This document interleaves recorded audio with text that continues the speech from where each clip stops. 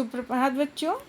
आज हम व्याकरण के अंतर्गत पाठ 1 पढ़ेंगे। हमारी भाषा। भाषा क्या होती है? भाषा किसे कहते हैं? देखिए, यहाँ गड़-गड़ बादल गरज रहे हैं। हाँ, लगता है बारिश आएगी। बच्चे एक दूसरे से बातचीत कर रहे हैं। कूड़ा यहाँ डालें। इस चित्र में देखिए, फूल ना तोड़ें। बच्चों, हमारी भाषा हिंदी है। हम भाषा सुनते और बोलते हैं, फिर पढ़ते और लिखते हैं।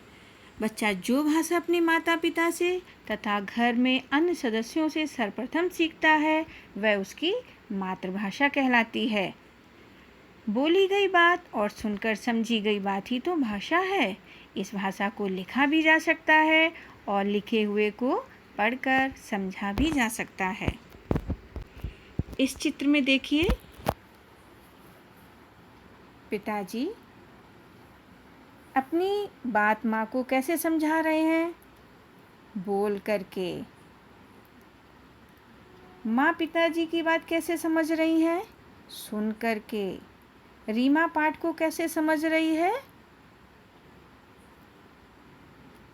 लिख करके।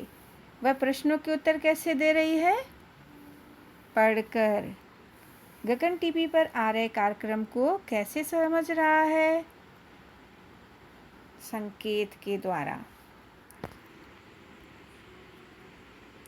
बच्चों, आपने अपने विद्यालय के पुस्तकालय में देखा होगा कि वहाँ सब शांत होकर पुस्तक, समाचार पत्र, पत्रिका आदि पढ़ते हैं, क्योंकि वहाँ बोलना मना होता है।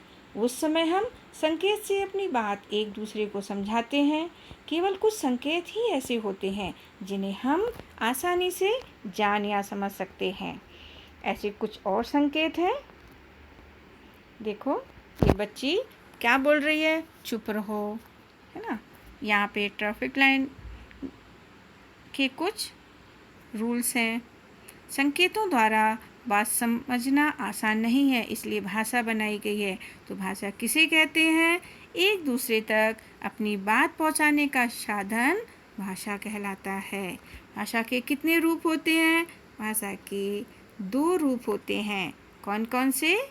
मौखिक और लिखित। भाषा के कितने रूप हो गए बच्चों? 2। कौन कौन से? मौखिक भाषा और लिखित भाषा। मौखिक भाषा, बोलना अर्थात मौखिक रूप, यह भाषा का पहला रूप है।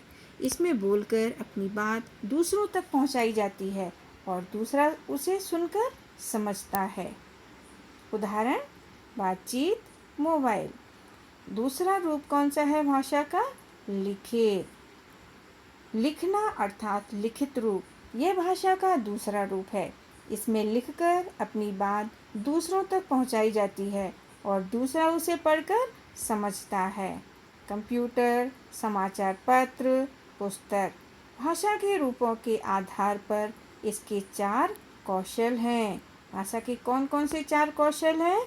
सुनना, बोलना, पढ़ना, लिखना। सुनना और बोलना मौखिक भाषा के अंतर्गत आते हैं तथा पढ़ना और लिखना लिखित भाषा के अंतर्गत आते हैं। बच्चों, कुछ और अन्य भाषाएं हैं। संसार में बहुत सी भाषाएं बोली, पढ़ी और लिखी जाती हैं।